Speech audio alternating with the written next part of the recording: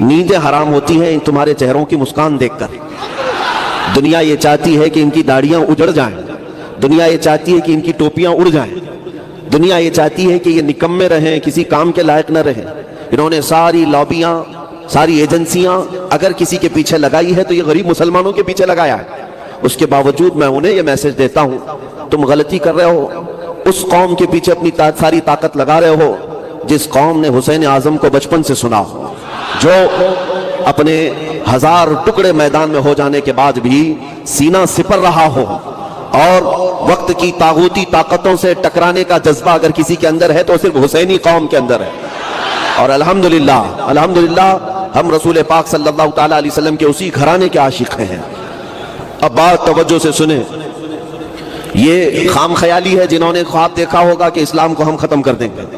ہاں، 4 لوگوں میں بیٹھ کر ویڈیو بنانا اور ایک گوفے میں بیٹھ کر کے اس کو نشر کرنا، اس کو کمال اور بہادری نہیں کہا جاتا۔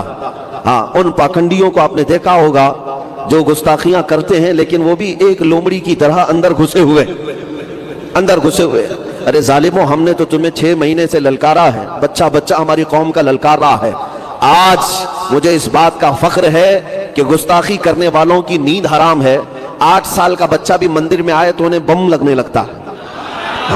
ارے یہ 8 سال کا بچہ اندر آ گیا، یہ آتنکوادی تھا، تمہیں 8 سال کے بچوں سے ڈر لگتا ہے، اور تم باہر آنا چاہتے ہو تو 10-12 باڈی گارڈ کے بغیر آ نہیں سکتے۔ اس سے بڑی ذلت تمہاری کیا ہے؟ آؤ اس نبی پاک کے قدموں میں پلنے والا مجھ جیسا کتا ہزاروں کے مجمع میں اکیلا کھڑا رہتا ہے۔ ہم نے کبھی آج تک باڈی گارڈ نہیں بنائے، ہم نے آج تک کبھی باڈی گارڈ نہیں بنائے۔ یہ ہزاروں کا مجمع جس میں ہم تنے تنہا رہتے ہیں، یہ اس بات کی علامت ہے کہ الحمدللہ کل بھی ہم حق پر تھے، آج بھی ہم حق پر۔ زندہ باد، زندہ باد۔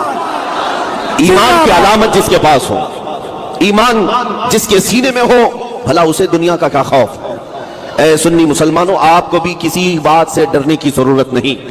ساری طاقت، ساری حکومت، ساری سیاست آج جو بھی بول رہی ہو، جو کچھ بھی پروپیگنڈے کر رہی ہو، سب سن لو، اس لیے کہ مجھے یقین ہے، ہمارے بزرگوں نے بھی لکھا ہے، نکل کر کے صحرا سے جس نے الٹ دیا تھا تخت روما کو۔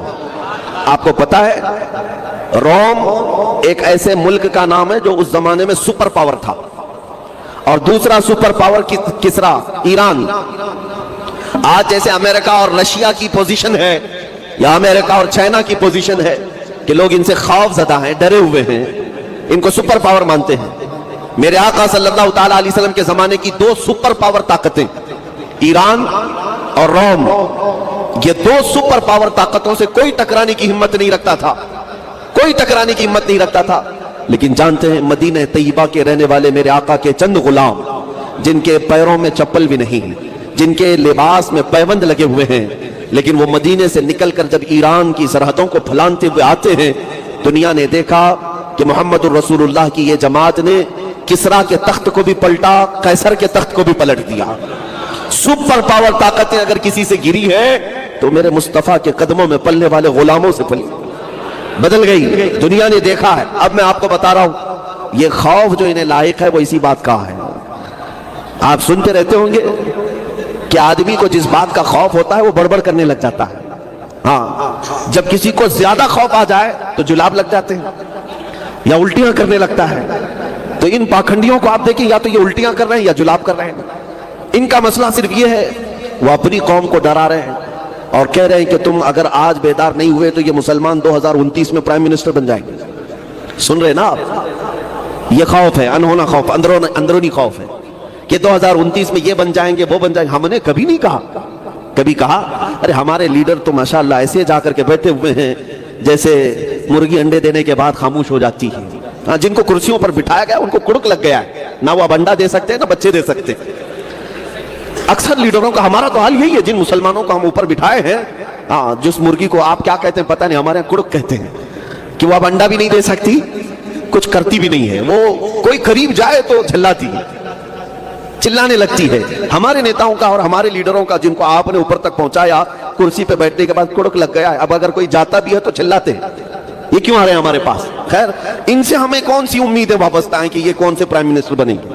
یہ تو ان کی پوری زندگی کسی کی دھوتی میں بیٹھنے میں، کسی کی ساڑی میں بیٹھنے میں چلی جاتی ہے، یہ تو ہمیں پتا ہے۔ میرے جملے تھوڑے سخت ہیں لیکن یہ حقیقت ہے، یہ حقیقت ہے۔ میرے عزیزوں، ہمیں آج تک ہماری قیادت نہیں مل پا رہی ہے. مختلف جگہوں پر بانٹ دیا گیا ہے اس امت کو, کوئی اس پارٹی میں کوئی اس پارٹی میں جا کر, اور اگر گئے تو گئے لیکن کبھی امت کی ترجمانی بھی نہیں کی آج تک, کبھی میرے مصطفیٰ کریم کی عزت کی بات تک نہیں کرتے. کلمہ تو اسی نبی کا پڑھا ہے. بات میں یہ کر رہا تھا کہ پھر ڈر کس بات کا ہے, پھر ڈر کس بات کا ہے, 2029 میں ایسا ہو جائے گا ویسا ہو جائے گا. میرے عزیزوں یہ ہوائی فائرنگ نہیں ہے, انہیں پتا ہے, اور اگر یہ ڈر ہے تو یہ ڈر پورا ہو کر بھی رہ سکتا ہے. کیونکہ اقبال کا وہ شعر جو میں پڑھ رہا تھا, اقبال کا وہ شعر جو میں نے پڑھا ابھی, نکل کر کے صحرا سے جس نے الٹ دیا تھا تخت روما کو, نکل کر کے صحرا سے جس نے الٹ دیا تھا تخت روما کو, سنا ہے قدسیوں سے میں نے کہ وہ شعر پھر ہوشیار ہوگا,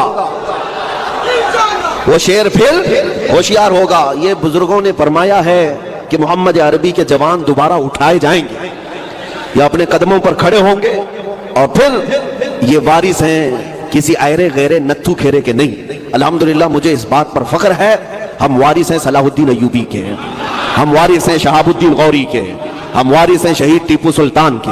الحمدللہ ہماری تاریخ میں غیور نوجوان اور بہادروں کی ایک لمبی فہرست ہے. اور سب سے بڑی بات تو یہ ہے کہ ہزار تم ڈرا لو, جس قوم میں ہر سال ابتدا ہی کربلا کی داستان سے ہوتی ہے. ہاں سنایا جاتا ہے, لیکن آج کے بعد ایک بات یہ بھی میں بتا دوں, کربلا کی داستان سننا لیکن رو رو کر کے چھلے مت جانا. کربلا صرف رونے کے لیے نہیں سنایا جاتا, بلکہ جوانوں کو بیدار کرنے کے لیے سنایا جاتا ہے.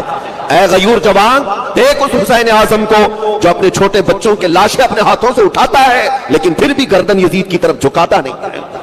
یہ جذبہ ہو. ہاں غم تو ہے, سب کو ہے, ہمیں بھی ہے, وہ دردناک منظر, اس کا غم تو سب کو ہے, لیکن کربلا صرف غم منانے کے لیے نہیں اور صرف رونے کے لیے نہیں, بلکہ تمہیں زندہ کرنے کے لیے. اسی لیے شاعر نے کہا تھا, قتل حسین اصل میں مرگ یزید ہے, اسلام زندہ ہوتا ہے ہر کربلا کے بعد, اسلام زندہ ہوتا ہے. اب یہ نوجوان, میں جس علاقے میں بھی جا رہا ہوں دیکھ رہا ہوں, دیکھتے ہی ان کی زبانوں پر لبیک یا رسول اللہ کا نعرہ آتا ہے. یہ ہر جگہ سے بیدار ہوتے ہوئے نوجوان. اب مجھے 6 مہینے پہلے تو سوچتا تھا کہ یہ ظالم پاکنڈی اپنے گوفے میں بیٹھ کر ہوائی فائرنگ کرتے ہوں گے, 2029 میں ایسا ہو جائے گا ویسا ہو جائے گا, لیکن اب اس مجمع کو دیکھ کر کے یقین بھی ہونے لگ گیا کہ نبی پاک صلی اللہ تعالیٰ علیہ وسلم کے دیوانوں کا ہجوم اب ایک پرچم تلے جمع ہونے کے لیے تیار ہو چکا ہے. ہمارے ہزار اختلافات ہوں, ہمارے ہزار اختلافات ہوں, لیکن گنبد خضرا کی چھاؤں میں ہم سب اکٹھا ہو سکتے ہیں. اس نام پاک محمد رسول اللہ صلی اللہ تعالیٰ علیہ وسلم کی تاثیر یہ ایسی ہے کہ ہر قلب کو اپنی طرف موہ لیتا ہے, ہر دل کو اپنی طرف کھینچ لیتا ہے وہ نام پاک. عزیزان گرامی وقار, میں آج بات جو عرض کرنے جا رہا تھا وہ یہ ہے کہ اس پوری بھری دنیا میں ہمارا ہے کون, ہمارا ہے کون. میں